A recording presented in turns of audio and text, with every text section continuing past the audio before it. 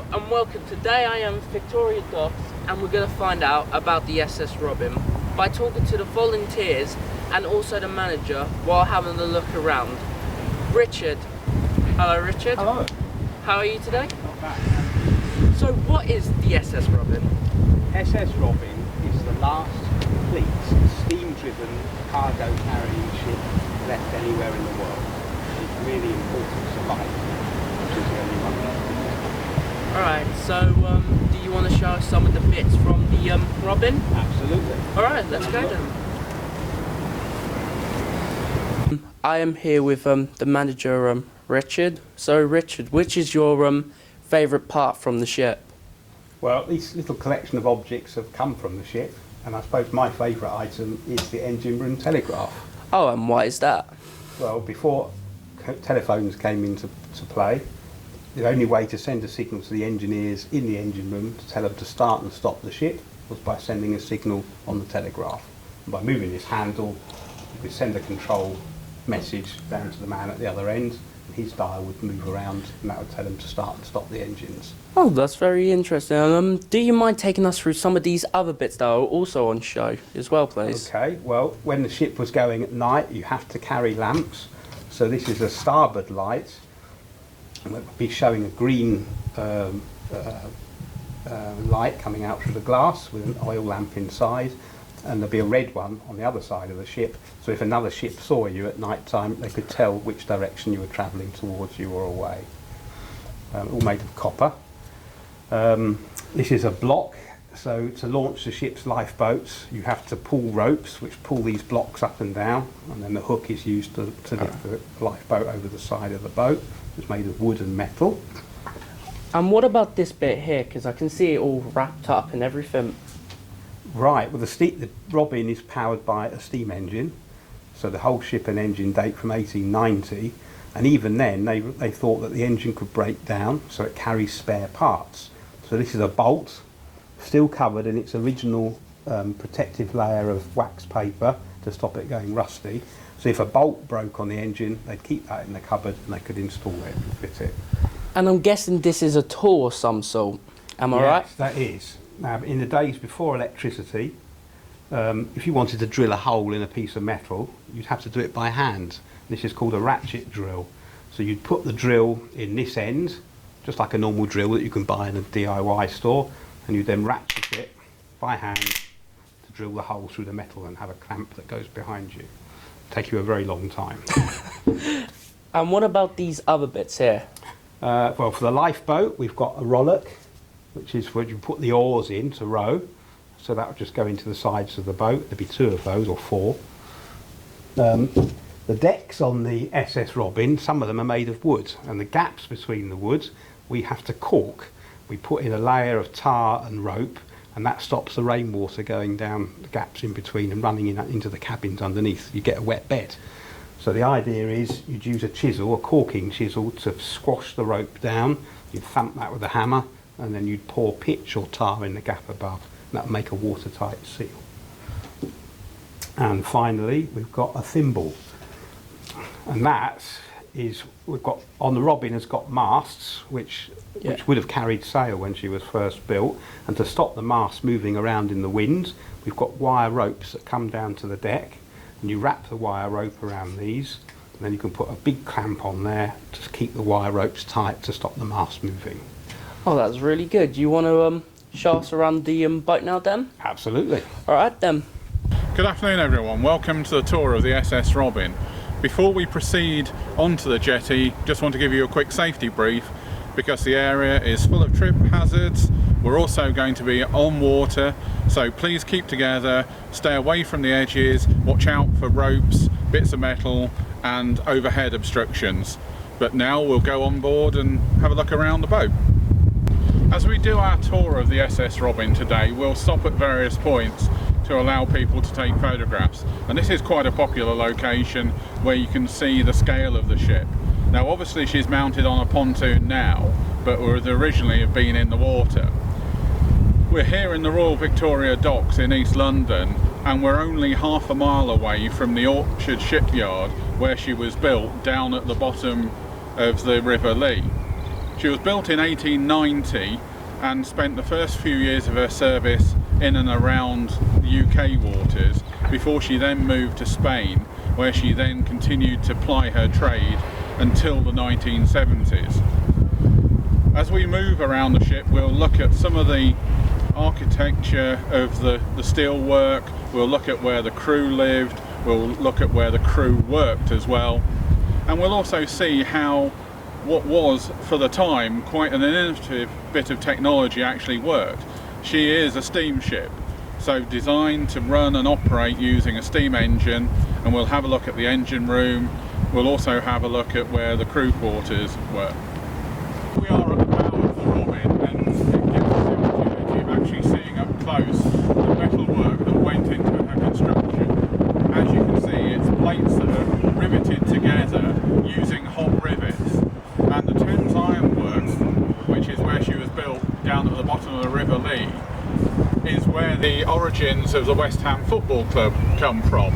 And their nickname, the Hammers, is testament to the fact that the iron workers used to work in the factory building ships, and it would be a case of putting a hot rivet into the steel and then hammering it home, and when it then cooled down it would bind the material together. This is a good point to see all the sort of the wear and history on the ship, showing how different pieces have been bolted on literally over the years as part of ongoing maintenance and restoration. But it allows you to get up close and see a history that you wouldn't normally be able to see if she was actually in the water. So here we are alongside the ship, and this particular type of vessel was designed as a coastal freighter. That meant she would stay really close to the shore and visit lots of little ports all around the country. And part of the design feature that you'll notice is she has a flat bottom, and that's so she could go up river estuaries and go into ports that were tidal, and when the tide went out she would then settle flat on the bottom of the river to allow the cargo to be loaded and unloaded. One of the interesting things about the SS Robin is she's actually mounted on a pontoon. That's because the hull is no longer safe to actually be in the water. But another interesting thing about the pontoon itself is that she's registered as a ship, hence the name Robin 2 actually on the back of the vessel. So she is registered with the Lloyd's shipping list as a vessel. So you've got two vessels for the price of one. And we are in the engine room, and I am here with one of the volunteers, Andrew. You alright, Andrew? Hi, good to meet you. So, why do you like this ship so much? It's just the age of it. You sort of see history all around you, and you can imagine what it must have been like for the crew when they were working on here, and it just brings that feeling of history to life. I totally agree. And why did you decide to volunteer? It was a sort of accident, really. I stumbled across the Robin, didn't really know anything about her, and did a bit more research, and then was lucky enough to get invited on a tour, and then sort of the bug got me, and then I wanted to sort of visit again and again, and then became a volunteer to... Best accident of your life. Yeah.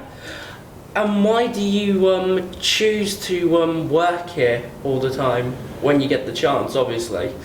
It's about sharing history with other people, to let people know how technology has developed, how trade based on ships has developed, but it's also the history of the local area. This ship was built less than half a mile from where we're standing today. Oh, and what skills have you also picked up from working here, volunteering?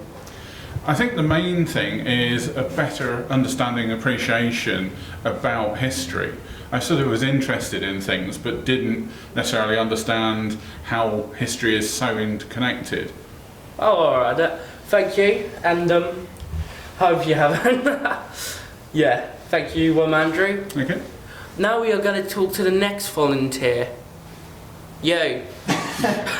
Now we are here with volunteer Karim. You alright, Karim? Yeah, okay. So, why do you like this ship so much? Oh, because I like ships. So yeah, so it's an interesting opportunity because I like ships in general. So, yeah.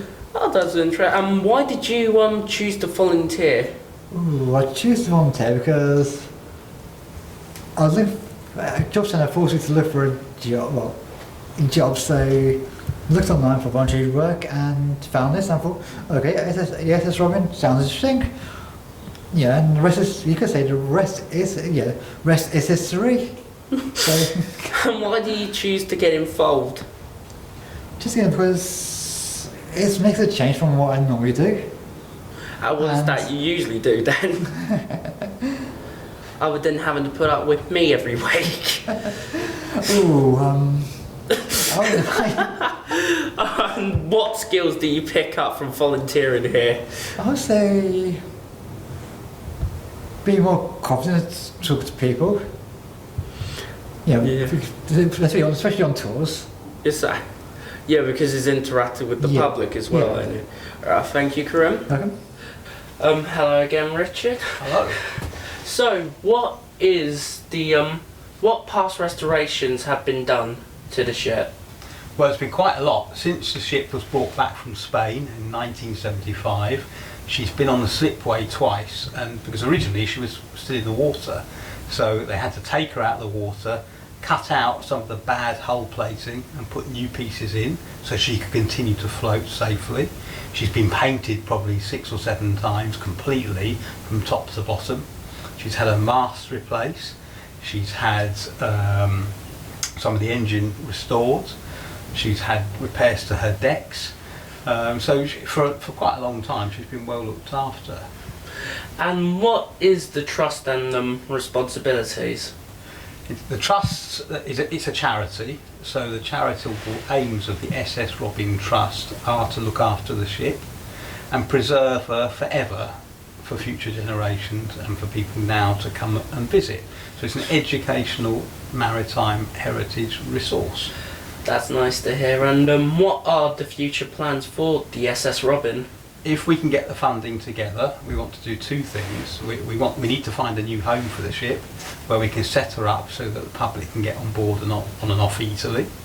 And the main thing is we need to restore her because she needs time for repainting and tidying things up. But also, particularly the inside spaces, we need to restore and put them back as they were.